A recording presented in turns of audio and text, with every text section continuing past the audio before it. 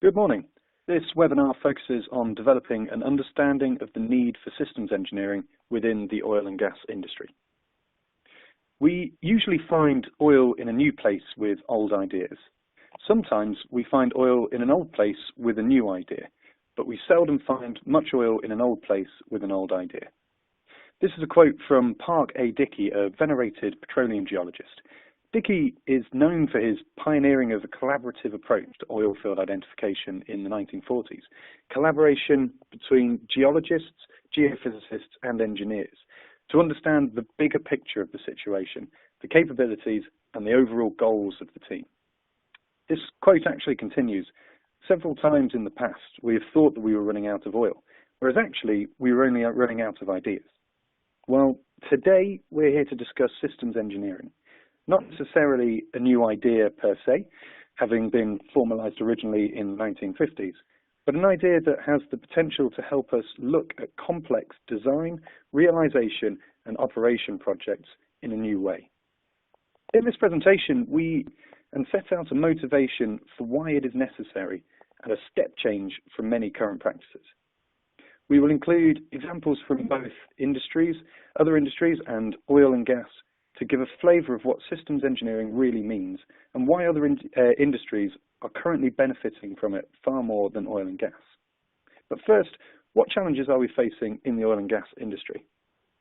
Well, what Dickey is saying is a universal truth within the oil and gas industry. Over time, oil and gas reserves become more difficult to locate, to access, to maintain, and to decommission. The market has reacted to this, and we've seen a move towards smaller scale production. This smaller scale of production makes optimizing a product to a specific field of less value. Instead, technology needs to be transferable. So what we're saying here is that the revenue that can be generated from a North Sea oil and gas field is likely to be reducing.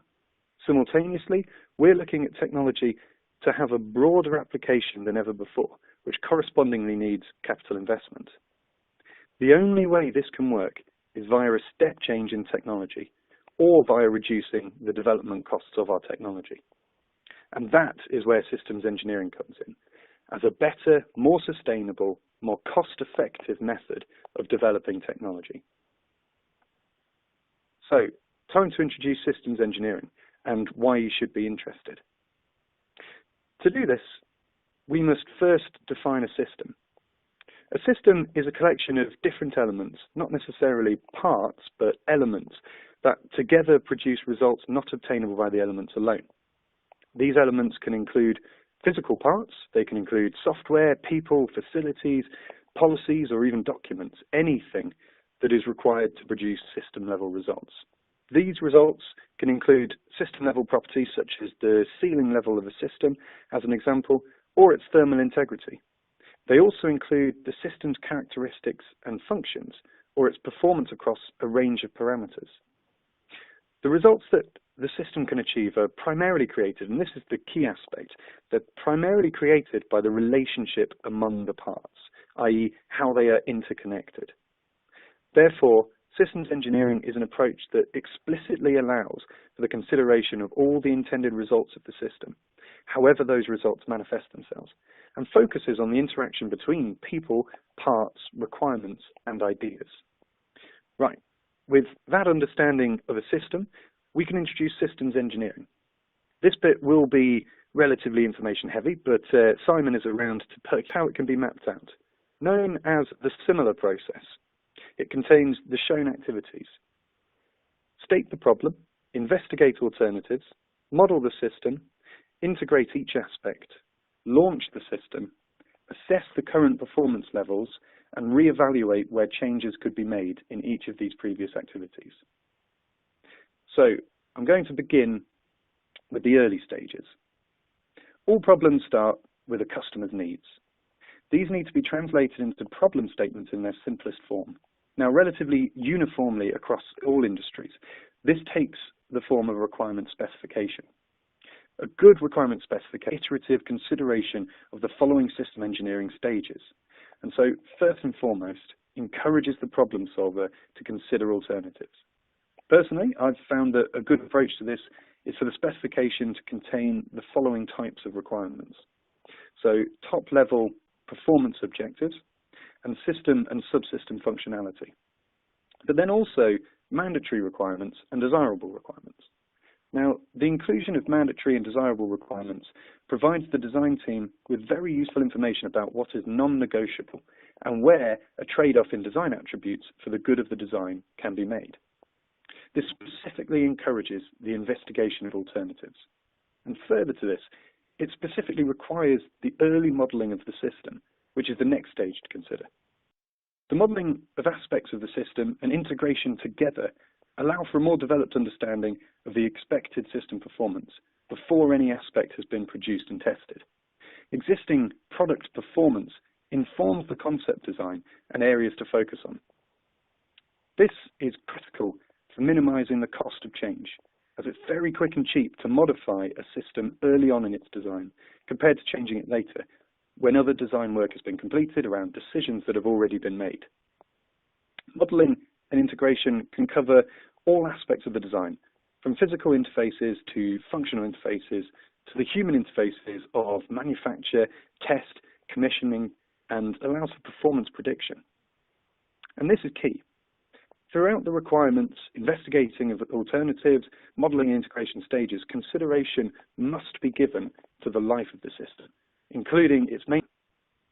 As the design matures, modelling approaches interact and confidence in the design starts to increase. As early pessimism is removed, more of the desirable requirements can be considered. And this then takes us towards the launching of the system and performance assessment. The issue many people have with this is that it almost implies that performance is assessed at the end of the process. However, the re-evaluation of these aspects should happen continuously throughout the design process, and in fact be heavily weighted towards the start of the process.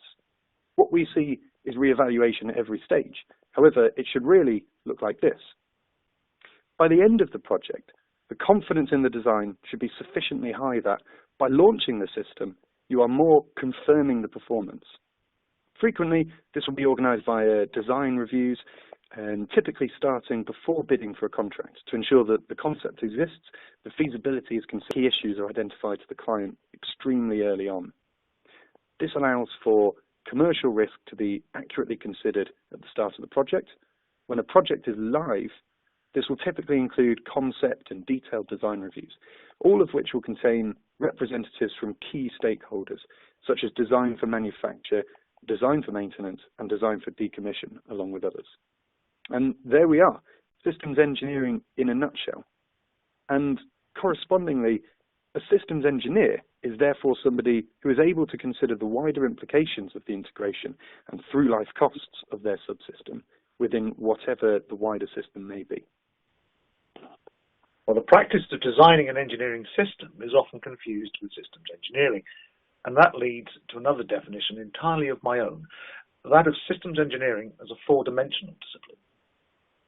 A systems engineering approach is applied with equal rigour to every stage of the life of an asset.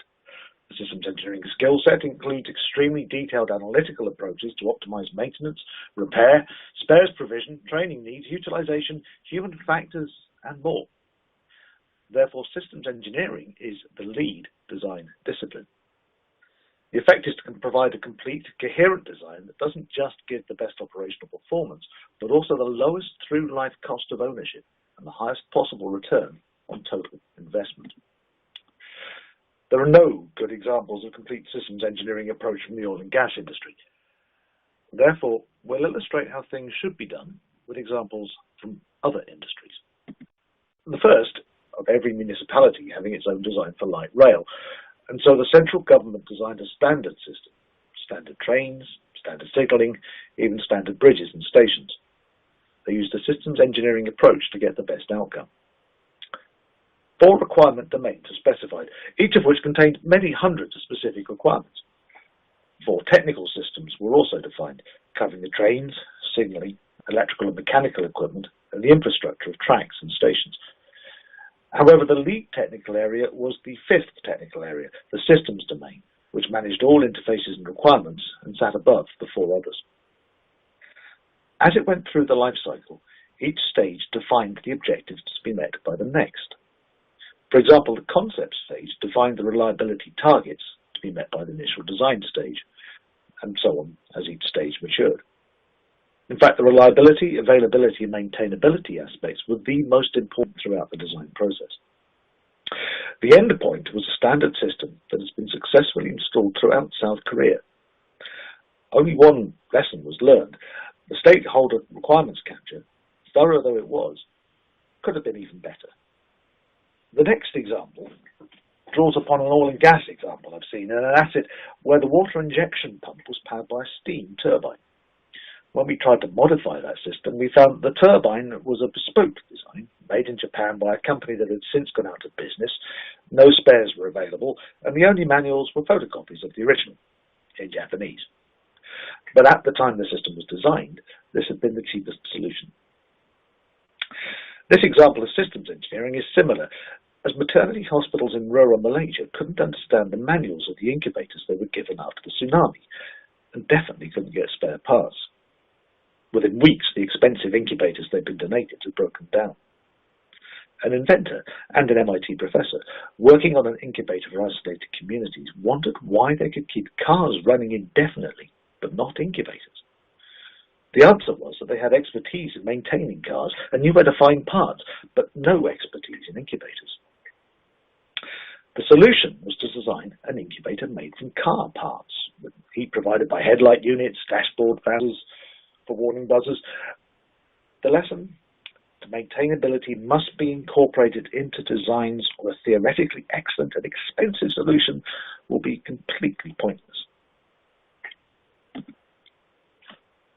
So what are the benefits for oil and gas? Will it work in this industry, and how? How can systems engineering work? Let's start by looking at how things are done now and where the weaknesses are. This, I'm sorry to say, is a real example. A failure to analyse the implications of a decision led to a major loss of revenue on an asset. A new operator took over an FPSO and asked for a review of all the rotating equipment. All was good, came back the answer, but the water injection pump, again, is a single point of failure and we have no spare. A spare would cost £2 million, but we recommend it. Too expensive, said the operator. It's never failed before. It then failed. 3 months production was lost while they found a replacement. No cost, risk or reliability modelling for the FPSO had ever been done. The decision not to invest was purely on gut feel. The problem was that the operator only thought in terms of capital cost, not risk and opportunity. This three-dimensional thinking meant that a proper analysis of what might happen in future and where the balance of risk and cost really lay was never done. The asset was not new, but what is often not appreciated is that systems engineering approaches can be applied retrospectively to existing assets. The challenges faced by the oil and gas industry can be illustrated by a failure in one that's completely different, because when a project that's followed systems engineering principles goes wrong, an additional benefit is that it's much easier to assess where it went wrong. In the case of the Hubble Space Telescope, a small error in the requirements capture stage that could have been fixed at the time for less than $1,000 was missed, leading to a $1 billion space mission to carry out the repair. NASA were able to analyse the process and drew 5 major lessons: poor requirements capture, confused contractor responsibilities, inadequate interface management, and risk and reward being out of balance in the contractor chain. The 5th lesson was a positive one. Good work in through-life planning made the space repair possible in the first place. Some of these lessons may look familiar to offshore operators. So how do those 5 lessons compare with oil and gas practice? Requirements capture. Usually only a small number of high-level requirements are defined. A project like the Korean Light Transit would have had hundreds of requirements covering every system and subsystem in detail. The contractor arrangements. Feed EPC causes duplication and even negative competition, where one contractor may seem to dismiss perfectly good work done by another. Crucially, the trend for operators to subcontract feed work reduces the incentive to develop low-cost through-life technologies, as feed contractors just try to produce something that will meet the client's requirements without taking any risks. Interfaces. The systems engineer managing the interfaces ought to be the leading member of the design team. In oil and gas, it seldom is. Risk and reward balance. EPCs are under pressure to reduce capital costs, not total cost of ownership. The operator carries the bulk of the field risk. The EPC carries almost none. Through-life planning. The Hubble Space Telescope was saved by through-life planning, a discipline largely regarded as an afterthought in oil and gas. A big problem with oil and gas is that operational costs, OPEX, are not well modelled or understood. Capital costs, CAPEX, are well understood, as EPCs bid for contracts on the basis of the lowest CAPEX, because operators generally borrow money to pay for it. OPEX and CAPEX together add to the total cost of ownership, and this is the number that the systems engineering is concerned with. We'll now look at how NASA demonstrates the benefit on different satellite projects. Within this example, the shown graph is published data from NASA, who have championed the systems engineering approach for a long time.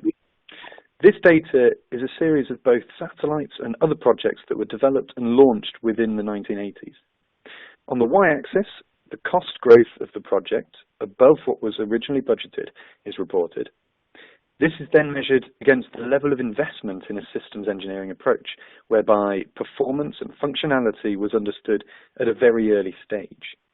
The concepts of the design were reviewed systematically through the design stage, and investment was made into modelling the system for the purpose of subsystem integration. What can be seen is that a larger investment in systems engineering corresponded with a vastly improved control of the project budget. This was due to a number of factors. First and foremost, better communication and frequent design reviews allowed for more of the design to be, in inverted commas, right first time. And secondly, necessary changes were identified earlier in the process. And so the cost of change. In summary, as further convincement, we conducted a survey of senior members of the engineering community within the oil and gas industry, including senior engineers and heads of engineering. The results are shown here. So the first question that we asked was to review how well systems engineering was understood within their workplace.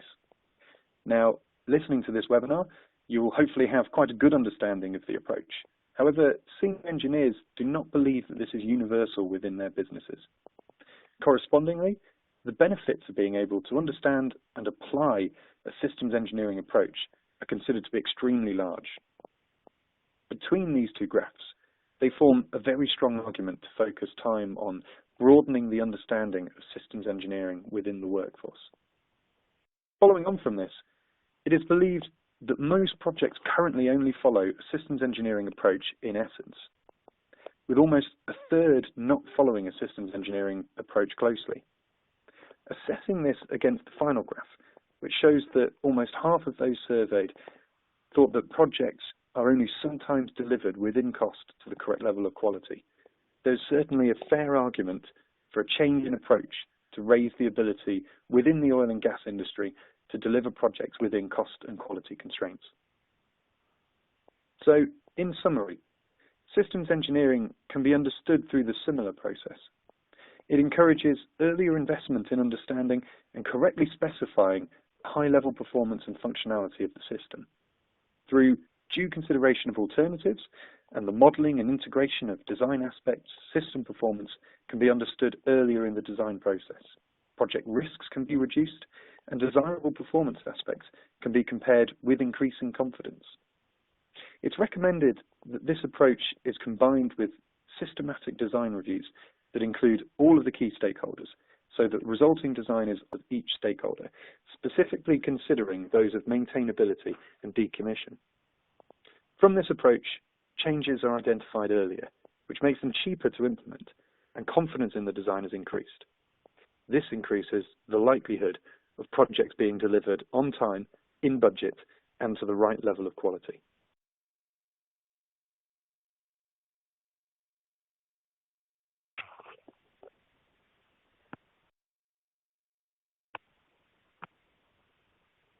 Okay, I think that takes us to the question and answer session.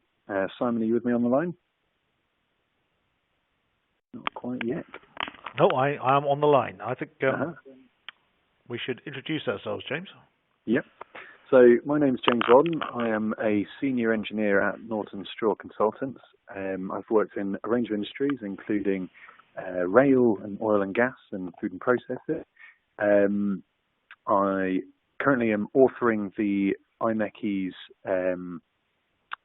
guidance on the application of systems engineering within oil and gas industry. Looking forward to looking through some of the questions that I can see have come in. Simon? I'm Simon Rees. I'm the Projects Director of Norton Straw. I've been working in engineering consultancy and systems engineering for about the last 20 plus years, and covering all sorts of industries: nuclear, aerospace, defence, marine, oil and gas. And I also chair the IMechE Upstream Oil and Gas Committee, which is the customer for the systems engineering guidance document that James mentioned, and will be published in the next month or so, hopefully. We get it through the IT system. Right, shall we take a look at the questions? Yeah, sounds good. So the first one I'm looking at is, in your experience, so this is from Hannah, in your experience, how long does it take to initiate a systems engineering approach within a large company? That's an interesting hit us off, Simon? Yeah, well, that's an interesting one because it's a mindset issue. I think people have to think in a slightly different way to the conventional way in which projects are put together. You have to imagine how a systems engineering methodology functions, which is in your head. You have to think about the full through life things. You have to think about not just what's the cheapest capital cost, what's the cheapest return on investment, and that means you've got to think about the maintainability of the thing, how it's going to be decommissioned, as well as how it's going to be installed, and designed, and built, and all those things. So it's a different way of thinking about things.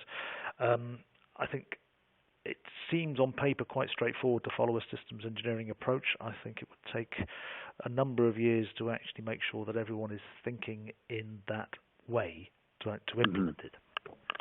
Yeah, I'd agree. My experience in rail is with going from a relatively non-systems engineering approach through to a much more systems engineering-based approach has tended to take quite a long time and quite a lot of getting it wrong. And I feel that in general, there's a lot of companies out there that are doing a very, very good job of applying a systems engineering approach, and taking that experience from somebody who's already doing it is certainly a way of streamlining that process of getting it up and running. We have another one in here from Graham, who asks, "Hi James, when is your guidance going to be available?" That's the $50 million questions. "And do you have any big takeaway points that you can share?" Yeah, so when it's going to be available, that's I think it's scheduled for about a month's time, so middle of May, I think, is when it's scheduled to be published through the IMechE website.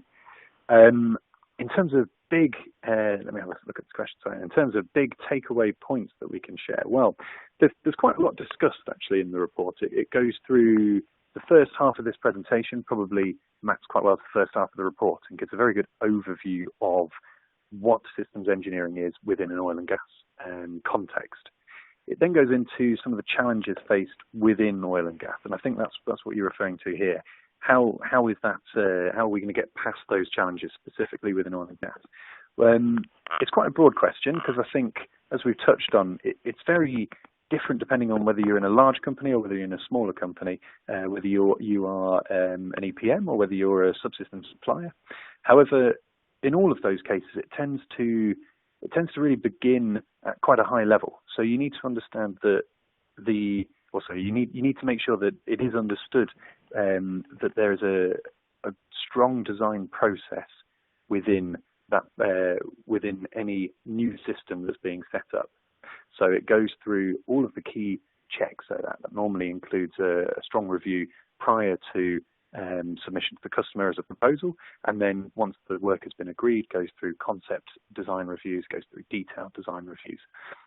And I think where systems engineering has that broader outlook than, say, a general design process tends to, is that in those design reviews, it then brings not just the integration of the design to the forefront, but also how that design is meeting the requirements that have been placed on it.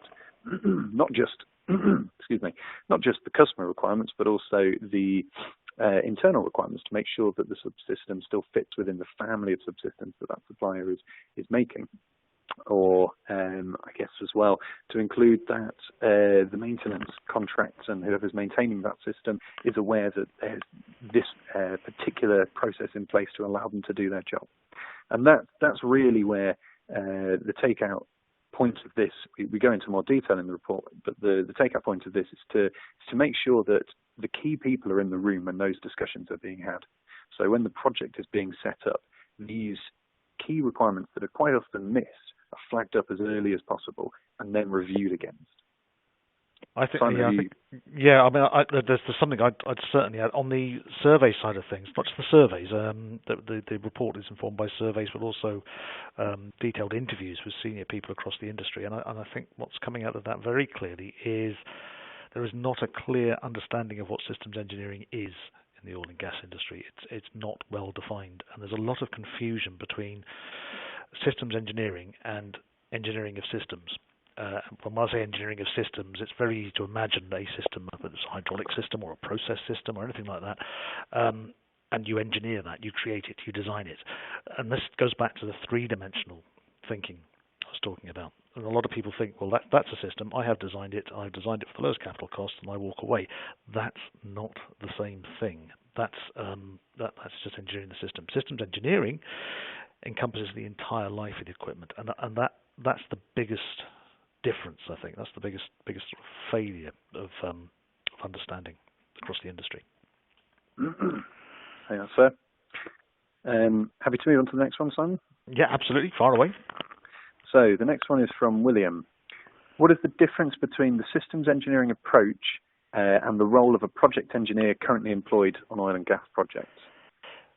Yeah, well, I think that sort of, I think we touched on that in the last role. I think the current, I don't think a project engineer, if you're referring to that by the person who sits at the sort of project level within the team, as opposed to the sort of individual skills and capabilities level, I think the project engineer is not usually a systems engineer, in that they are not following the systems process of continuous reevaluation at the different stages as it goes through, and bringing that back to, well, okay, what are the requirements in the first place, and how are those taken on?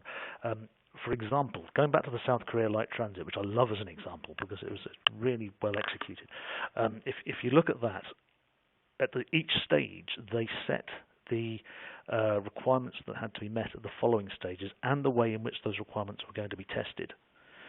So at the sort of pre-design phase, they specified what reliability targets were to be identified at the next stage, and how those targets were to be assessed, and what those targets was. They didn't say what they were going to be, but they set out the structure for how those targets were going to be defined at that stage. And they did this all the way through. They properly identified what it was they were trying to do. We have a question coming up about the V cycle, and what they properly did with the South Korea thing is they said, okay, these are the different objectives for the next stage, and these are how we're going to measure them. And by that way they loop through. And I think the current project engineering approach does not follow that at all. It doesn't think that way. It doesn't think about the whole life and how those requirements and how those performance indicators and things are going to be met at each stage. I'd agree. I'd add to that as well. In my experience, the role of a project engineer is not just subject to the existing requirements in place, but also is accountable for two of the three trifactors. So they tend to be accountable for a project being delivered on time and within cost, but not necessarily within quality as well. That tends to be owned by a separate role who owns the design of that system. And in my experience as well, unless that quality aspect is, and that quality certainly across the life cycle of the project, is written in within the acceptance of that whatever system it is, that product, then the project engineer is not going to own that. They're going to own how do we get this project out into service. So unless at an earlier stage someone can bring in that aspect of systems engineering, the project engineer won't own it. That would be my take on that. Well, we touched on the V model there, and Mark has asked how does a similar process map onto the V model within BS 61508, which is the current international standard for systems engineering. Yeah, I would say very well. So the V model, is primarily related to the requirements and assurance side of the process. So making sure that from start to finish of a product design process, the product is continually being assessed against what has been specified. So it's very much related to, here is what we have received as a specification, this is how we're breaking it down and designing it, and this is how we're reviewing it back to make sure that it does meet that specification. I think the similar process operates at a slightly higher level. So the similar process also incorporates how the product itself will be I guess, mapped into itself. How is that actually going to be structured and brought together?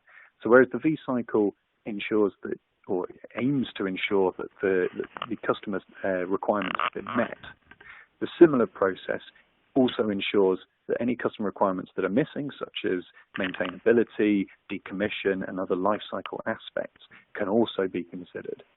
So the similar process brings together the assurance and the design. So not just assuring it to be accepted by the customer, but also, or by the relevant statutory requirements, but also making sure that the wider implications of that design are also considered that aren't necessarily contained within a customer specification or within the statutory requirements. As we've touched on, I think, quite a lot today, Simon, primarily those include maintainability and decommission tend to be large oversights, especially when, for example, you've got a platform that you're expecting to operate for 40 years. Quite often, the requirements are written in to account for the first 10 years of that design. Yeah. Well, I think we'll come on to that looking at some of the other questions coming in a minute. There's one from Mameme here that's saying, reference materials recommend that provide holistic details on systems engineering. There's a lot out there. Where would one start? There's the Systems Engineering Body of Knowledge, CBOK, which is an online resource actually managed by Lockheed Martin. So that's come out of the aerospace industry.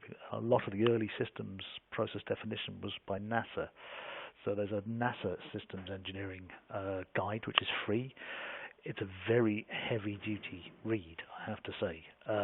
It's not a lightweight thing that you can flip through. There's obviously the standard 61508. Again, not the easiest read, and certainly with reference to the oil and gas industry, there is nothing. This is part of the problem. This is why we're putting together the IMechE document, because there isn't a simple introductory guide that can then point you at the other references that you need going forward, and that's what we're trying to do. I think IMechE as well have a lot IMechE, of course, on their website that is a very good top-level overview of systems engineering, but as you said, it's not specifically tailored towards oil and gas. And actually, in reading through that, there are aspects where I think everybody in oil and gas will read that and think, how do we actually do that in oil and gas? And I think, as you said, Simon, that's part of the problem, and that's what we're hoping to be able to, when this guidance document is released, hoping to be able to support that understanding of how that systems engineering top-level description, which is meant to apply to all industries, can be incorporated into oil and gas. Yeah, and I think that leads. Yeah. Sorry, Simon. Well, I was going to say, I think with the industry and the sort of the study work that you've been doing, that probably comes out closest is probably rail, in that it has that combination of mechanical and civil elements. It's a large asset. Whereas some of the stuff that is more, say, aerospace or space or product orientated, it doesn't map onto oil and gas quite so well.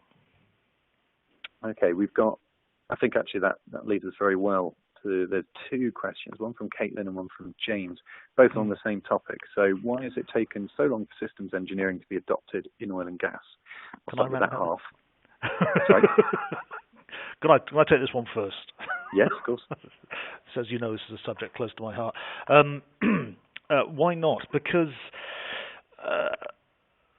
once upon a time, the various major oil companies would do the pre-feed and feed work in-house themselves, and they would come up with the best solution for how to approach a problem, usually using a method, net present value, which discounts the value of the capital assets against the ongoing return generated by the product being generated. Now, there are two obvious problems in this. Firstly, the oil price is not constant, it fluctuates. So NPV is based on forecast or current oil prices and can be hopelessly wrong. And also, not only do you need to know your capital costs, you need to know your operational costs. And these are very, very badly captured in the oil industry. Frankly, it's a guess at the moment, and there's a lot of work needs to be done on that. Now, as time went on and the oil companies decided they needed to cut costs and just become operators and slim down businesses, they started to put out the pre-feed and feed work. And the problem with that was the incentive to actually identify the best solution was lost. The pre-feed and feed contractors, once their work is done, they move on. They don't own the risk inherent in that. What they do, however, is they want to make sure that they don't mess up. So you get risk-averse solutions, not necessarily the best through-life cost solutions, because they are nothing to do with the through-life operation of an asset. And that's been very damaging, I think, my humble opinion, has been very damaging for the industry. I think if you're going to split the pre-feed and the feed, then the pre-feed and feed from the actual engineering, procurement and construction stages, then that feed work needs to be done in-house. Or we need to have a completely new methodology, which is where the systems engineering thing comes in. That way you can put everything else outside the business, as the oil companies wish it to be. Why hasn't that happened until now? Because for the last few years, while this process has been going on, the oil price, or until a few years ago, the oil price has been very high.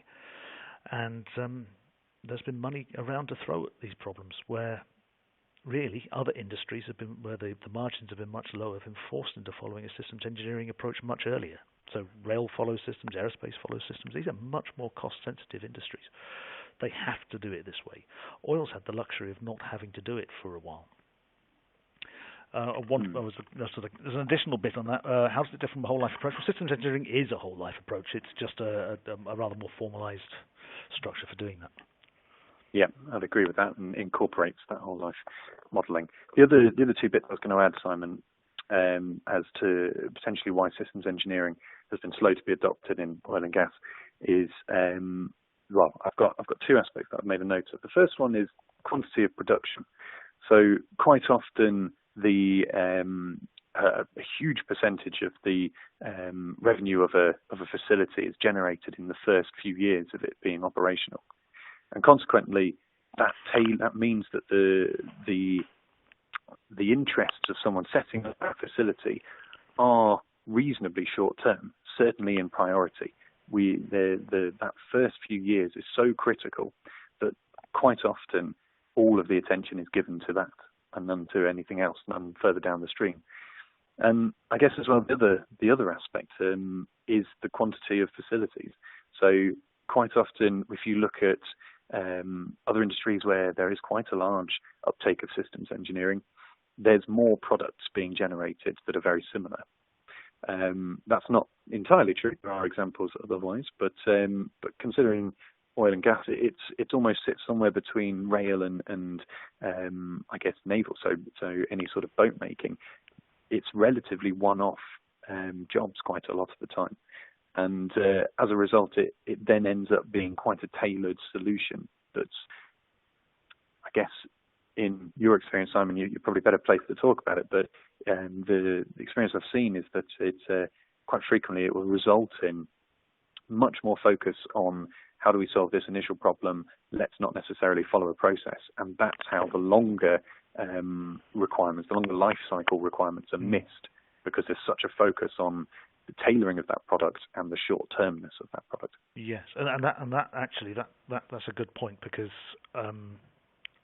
very often, if you look in late life of an asset, for example, when you have to start thinking about, okay, we need more compression on this thing, we need to introduce, increase the water injection rate, things like that.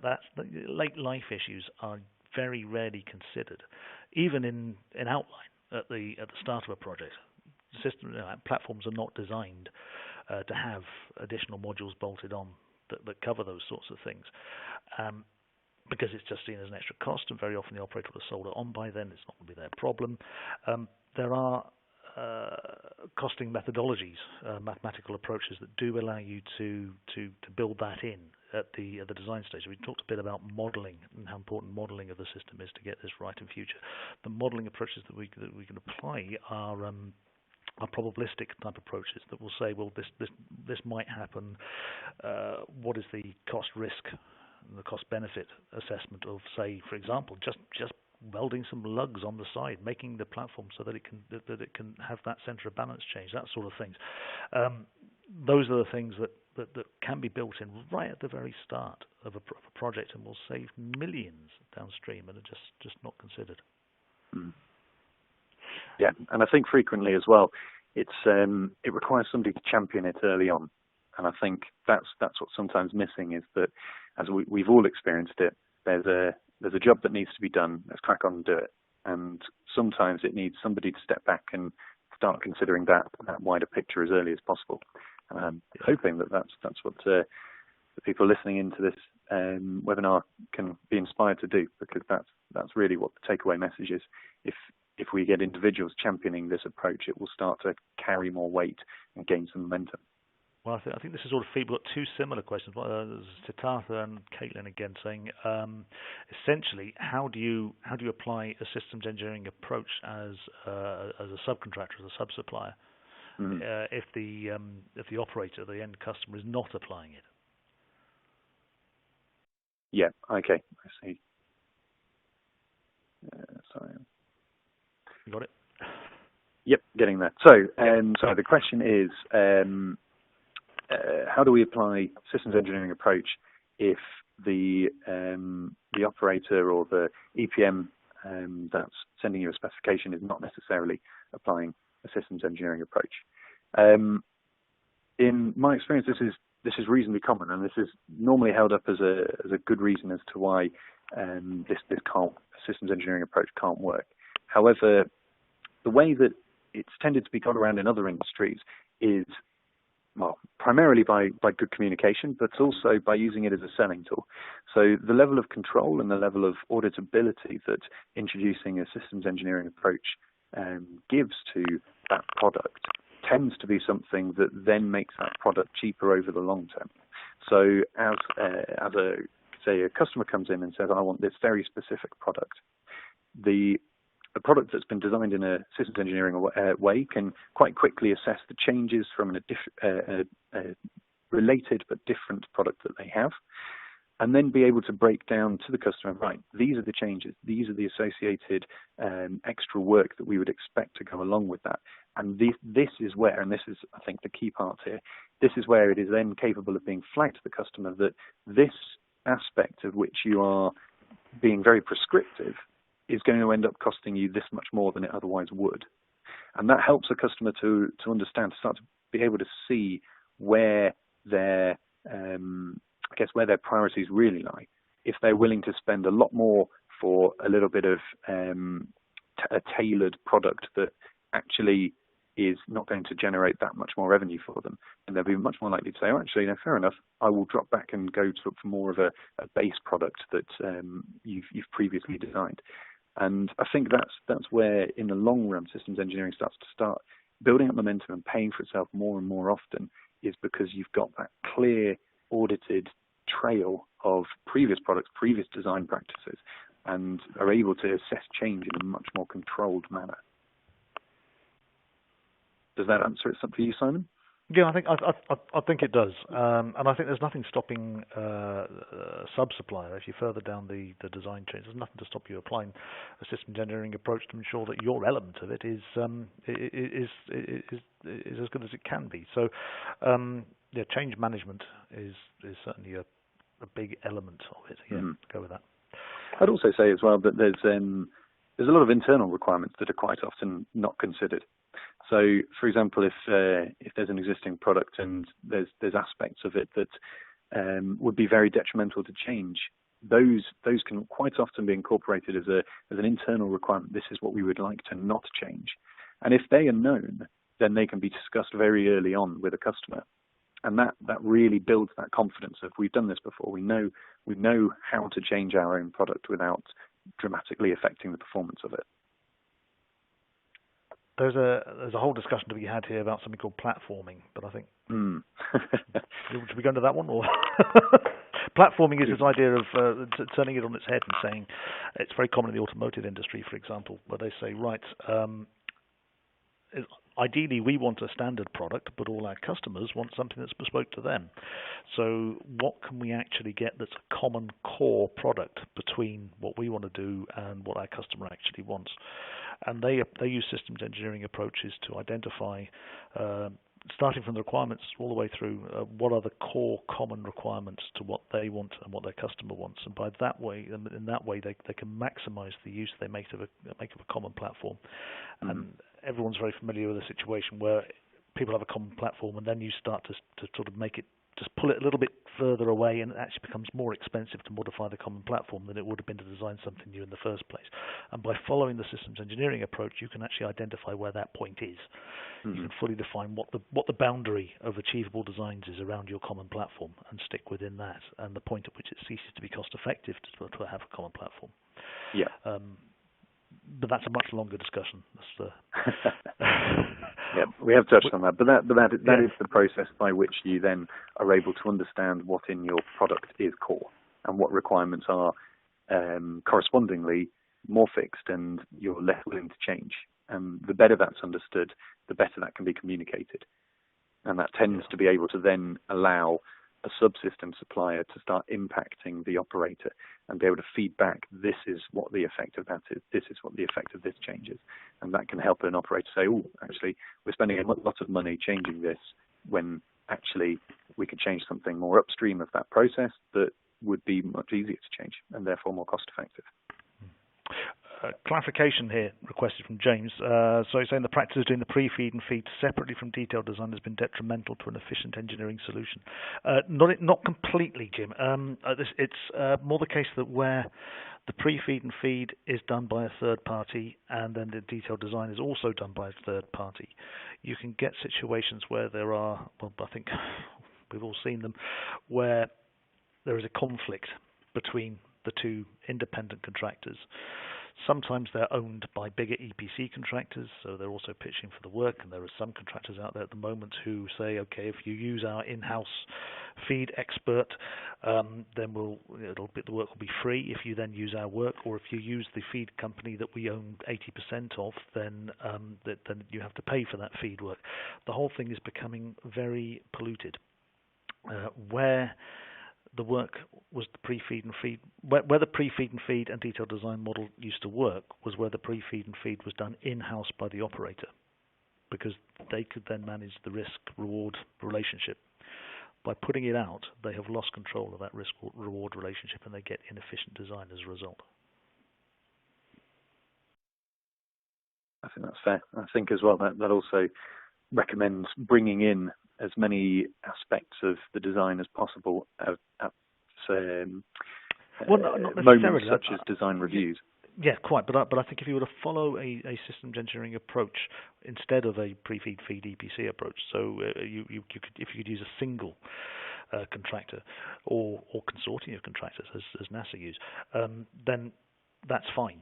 You don't have these problems. You minimize the amount that you do in-house because you have a very clear set of stages the design goes through, and at each one of those the customer has ownership and understands the risk-reward balance. It's all validated and circulated around the requirements, and proper mathematical methods are used to assess all the different requirements and the point at which the optimum design is found. That is fine. Then you could put the whole thing out, in my humble opinion. Yeah. OPEX costs. How are OPEX costs predicted and modeled in other industries? Much better is I think the simple answer. I think a very good example of this actually is the defence industry. The defence industry has a whole system of life cycle modelling things. They use something called integrated logistics support, ILS. And ILS splits the whole operational support element into a series of discrete task areas. So not just maintenance, but also things like repair. There's human factors. There's everything that goes around the thing. So and particularly documentation. They generate some superb user manuals, documentation, information like that. So very, very, very good way of doing things. Very formal. It's governed by a series of defence standards. I think it's DEFSTAN 0056 for ILS, but I might be wrong. That's something that's done very well, and that gives you very, very clear costing. Training needs analysis, for example. When a new piece of equipment is designed there, they will say, okay, what training does this need? How much will the training cost? How do we design the courses? Who's going to give those courses? All of that is costed at the design stage. And this is something that is just totally alien in the offshore world, and it's something that's not done very well at all. I've seen NPV calculations where numbers have been plucked out of thin air for OPEX costs. Well, we'll just apply a standard rate across all the different designs, which of course boils it down to a capital cost. There's a long, long way to go in the industry around OPEX. Well, James, anything to add on that one? No, I think that's very fair. I was having a read through. There's still a few other questions. We've only got 9 minutes or so. The next one, so there's another one from James, which I think is quite interesting. It touched a lot on what we've just discussed. Yeah. So it starts, do you see overly prescriptive client specifications as counterproductive, or should there be a clean sheet approach so that you can set new rules for your project system engineering? And I think the way I'd start on this is, so this touches very much on the idea of the certainly the supplier, if they have a set of core requirements and a platform approach, but then also on the idea that does the client know exactly what they want, and if they're incredibly prescriptive, how do you marry those two together? James, may I interrupt you? Do you want to explain the difference? Because the difference between a specification and a requirement. Because I think this is key. Yeah. I'll say, did you want to explain the difference between a specification? Oh, I see. Sorry. Wondered why I went very quiet there. Yeah. Yeah. So specification includes a list of, quite commonly both mandatory and desirable requirements, and the specification for a product tends to talk more about the functionality of it and how it's going to fit together. That then is frequently derived into set list of requirements, and requirements should be, I guess in general, they tend to be very concise, very one point being met per requirement. And that's effectively the specification quite often in other industries arrives as a set of requirements ready to be approached in a clause by clause set of basis. And that's part of the problem that we've seen and we addressed earlier, is that specifications frequently are kind of combining a few requirements into a bit of prose and hard to manage. And that's quite often a communication error between the two, or where communication errors can crop up, is how has that been distilled into requirements that can be really addressed within the design. Yeah, and if you look at, so go on. No. Well, I was going to say, if you look at, say, a specification for, let's say, a process vessel. Let's say you have a gravity separator. The specification may say needs to be a horizontal vessel, 12 meters, 3 meter by 3 meters diameter, capable of taking this much flow rate going through and producing this sort of output and weighing no more than. A requirement would say we just need a system that takes this much oil out of this much flow, and that's it.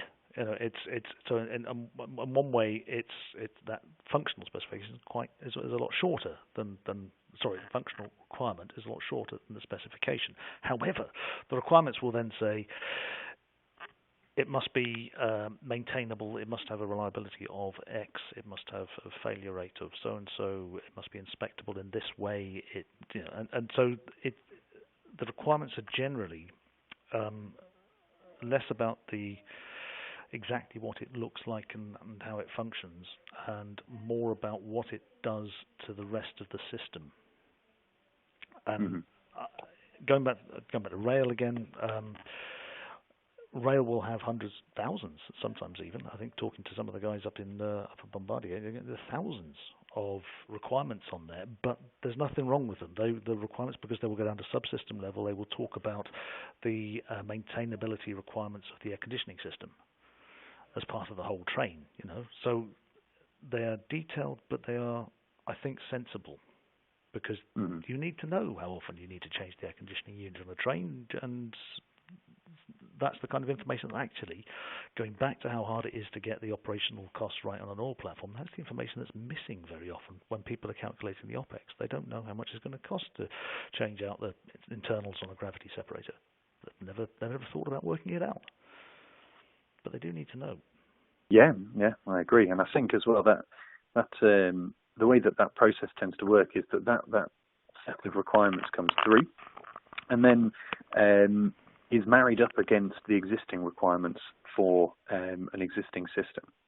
And quite frequently, if the system, so you were talking about rail and you were talking about air conditioning maintainability, if that system has been in practice before and it's known, it's been integrated into a product, then the manufacturer can write out their effective internal requirements and see how they map against the desired requirements.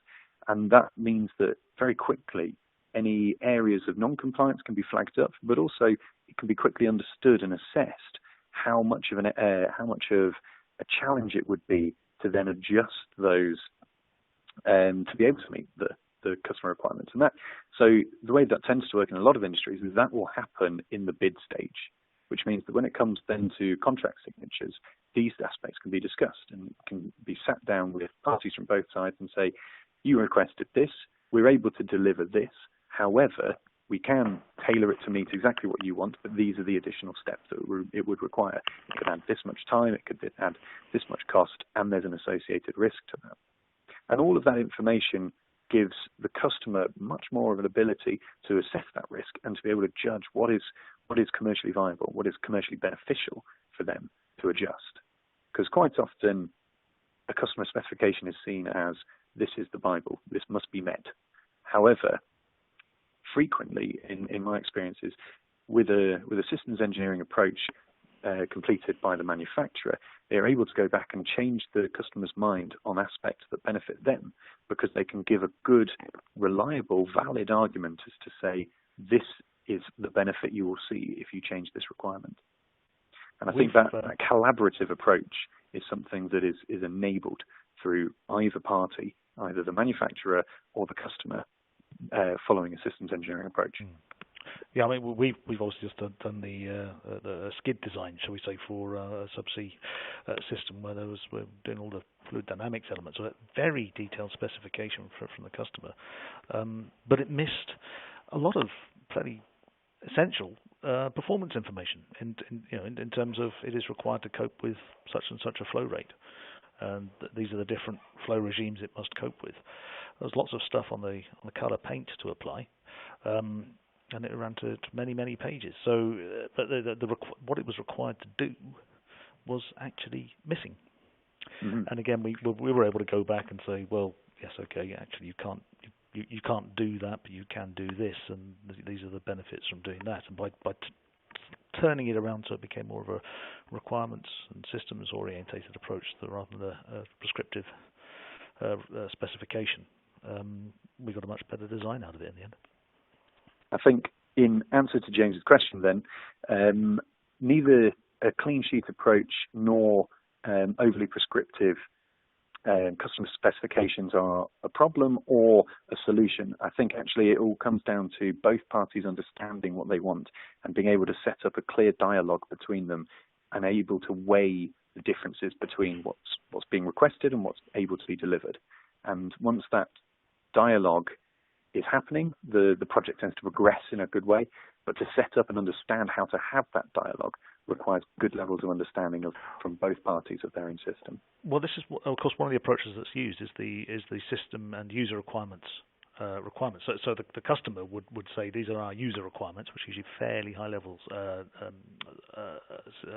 functional requirements, and then the supplier would come back with, and these are the these are the system requirements. So, okay, well, this is how we would meet. These are the requirements we'd impose on the system. We designed in order to meet your user requirements. By the way, that one's impossible, but we can do this instead. Yeah. So, as you say, there can be two stages to the requirements process that's way through that. I think we're going to have to stop there, Simon. Unfortunately, there's a few questions we maybe haven't answered. However, I believe that our contact details are probably on the IMechE website. But thank you very much for listening. I hope that's helped clarify some issues, or hopefully flag up some more questions for discussion either internally or externally with us or with anybody else you may be meeting. I would say thank you very much, Simon. Thank you very much, everyone, for listening. I hope you're still there.